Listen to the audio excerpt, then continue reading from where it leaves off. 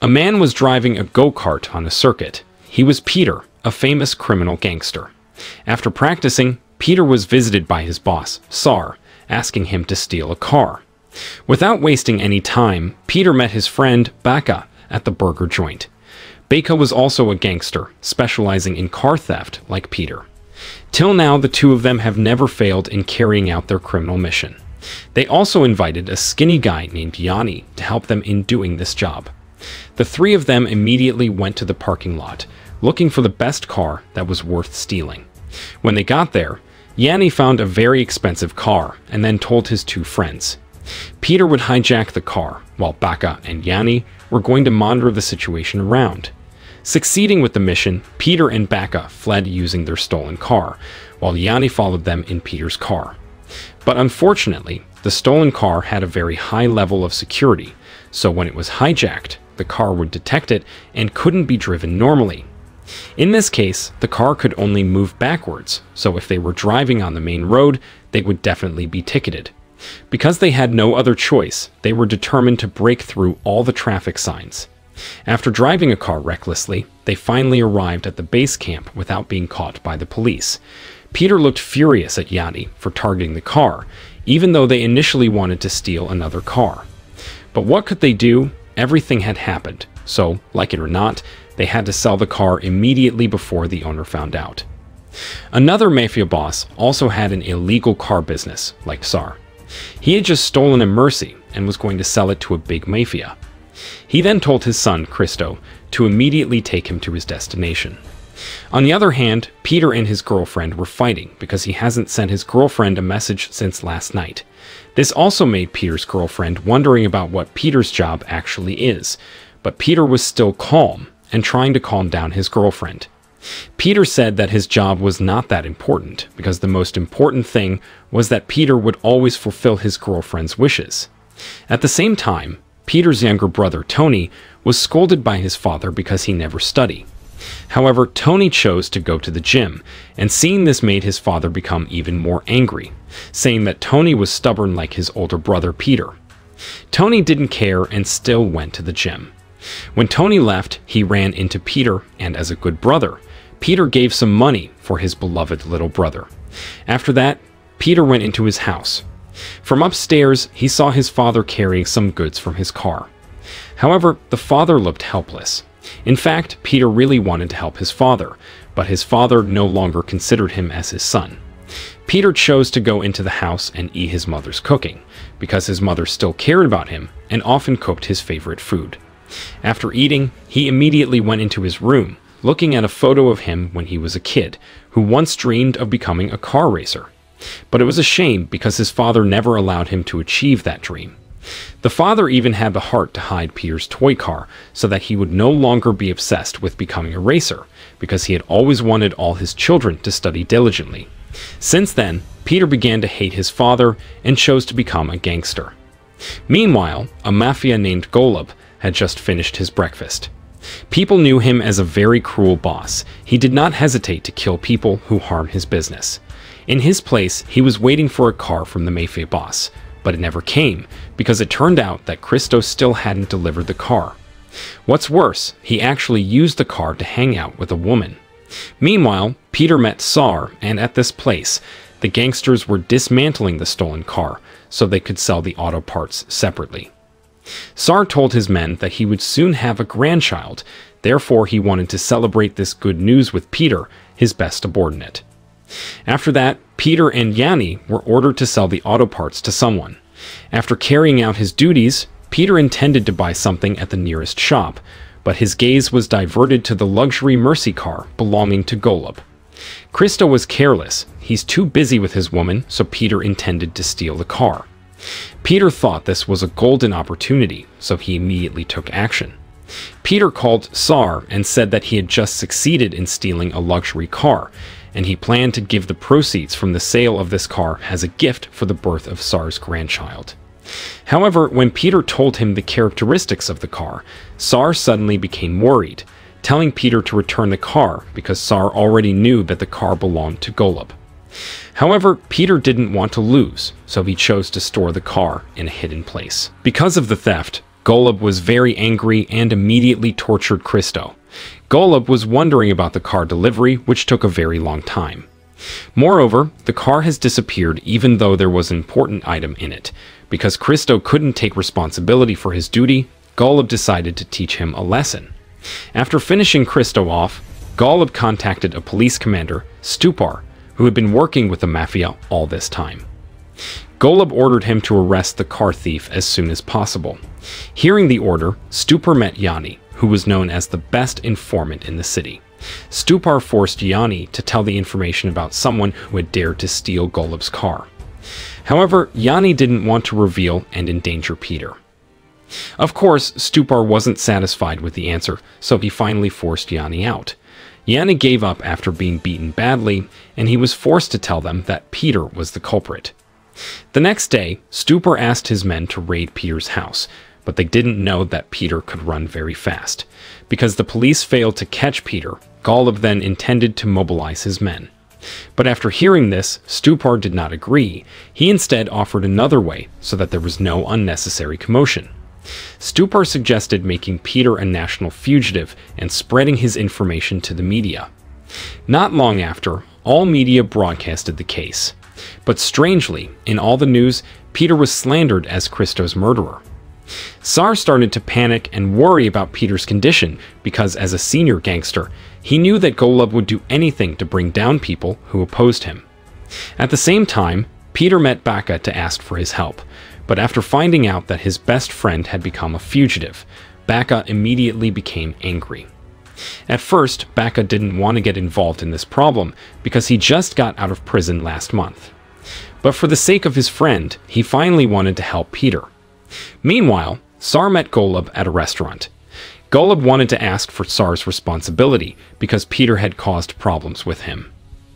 Turns out the two of them were old friends, but their fates were different because Tsar had no ambition to become a ruler. Due to this problem, Golub asked Tsar to hand Peter over alive, otherwise all the people closest to Peter would be killed. Like it or not, Tsar was forced to obey Golub's wishes in order to protect his family.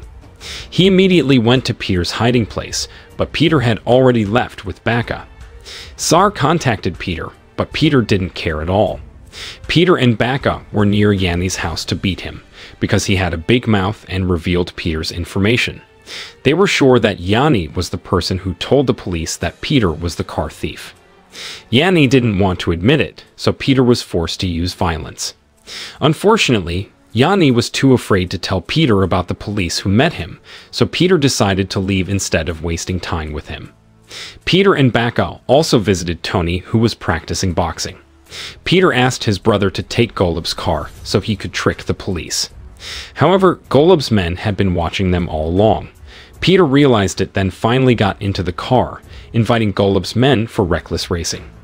Luckily, Peter had driving skills like Dominic Toretto, so he managed to escape. Afterwards, Peter told his brother to go home because now the situation was very dangerous. But Tony didn't want to obey. He wanted to stay with his brother. If he went home, he would definitely be scolded by his father. But Peter kept forcing him, so Tony was finally forced to go home. After Tony went home, Peter and Baka checked Golub's Mercy car, just in case there was something important in it. Sure enough, there were lots of drugs in the trunk. At this moment, they finally understood why Golub had deployed the police just to catch a car thief. On the other hand, Golub was at a restaurant to meet the mafia boss, Christo's father. The mafia boss asked about the person who killed his son, and of course, Golub pretended not to know so that he wouldn't be blamed. If he was caught murdering, the mafia boss would definitely take revenge and ruin his business. Golub and Stupar then convinced him that they would soon find Peter, who they slandered as Christo's murderer. On the other hand, Peter and Baka met their boss. Tsar said that he had to return Golub's car and also handed over Peter. Peter didn't want to lose, let alone be sacrificed. He was actually planning to ask Golub for ransom money if he wanted to take the car and the drugs in it. Hearing Peter's plan, Tsar looked to give up and didn't know what else to do. He could only warn his two men to be careful. Tsar then visited Stupar and Golub without Peter. As a form of his responsibility, Tsar was willing to be killed by Golub as long as they didn't bother his family. But when Golub was about to shoot Tsar, Peter suddenly called, making a pretty fair offer. So, Golub had to give Peter ransom money and let go of his girlfriend. In return, Peter would return the car. Initially, Golub wasn't satisfied with the offer, but on the other hand, he also had no other choice because if he didn't agree, Peter would definitely sell his car. So, like him or not, Golub accepted the offer and gave up his intention to kill Tsar. When Golub was about to meet Peter, Stupor suddenly stopped him. It turned out that Stupor already knew that Golub was the person who killed Christo. Stupor asked Golub to admit his mistake to the Mafia boss and then apologized. Otherwise, the Mafia boss would definitely break their cooperative relationship, especially since he was an important person who has an international Mafia network.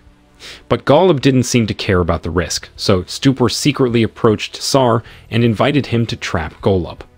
Without thinking twice, Tsar immediately accepted Stupor's invitation. The next day, Peter and Bacca came to the meeting place with Golub, but this cruel mafia didn't come. Instead, he sent his men, and worse, Golub didn't want to give a penny to Peter.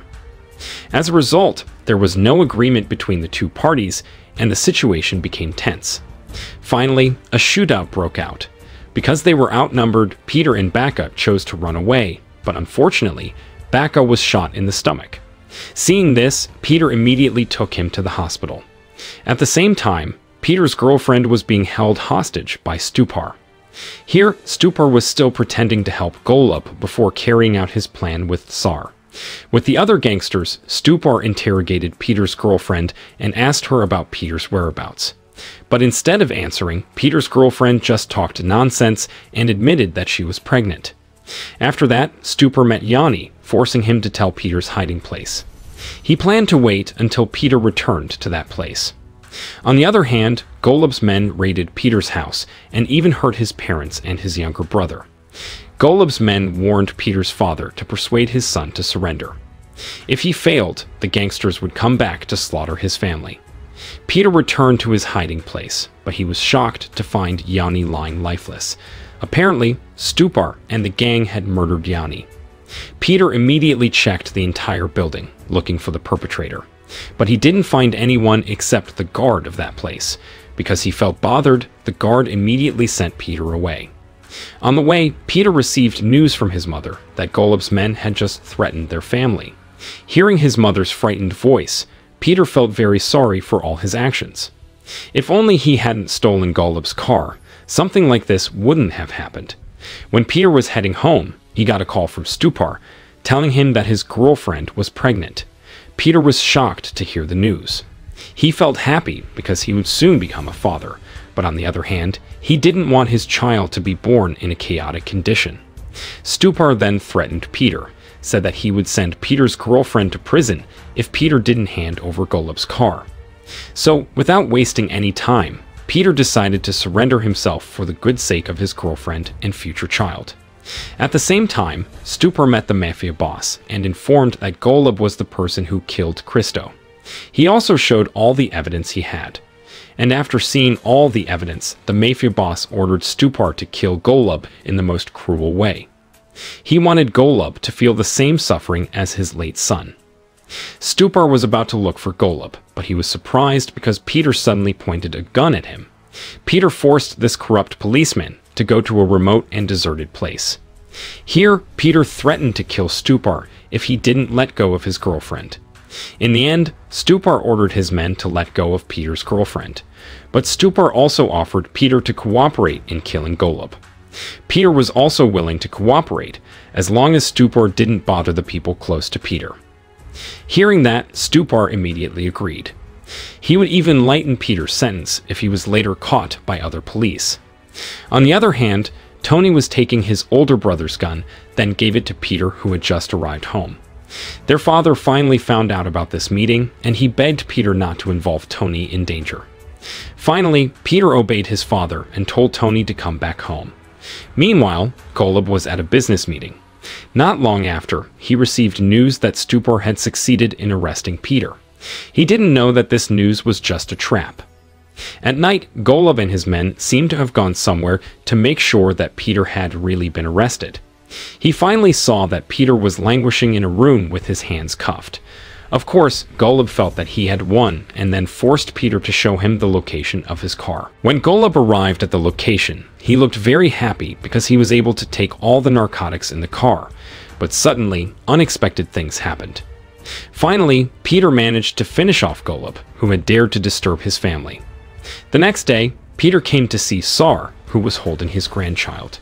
Peter apologized for all the chaos caused by him.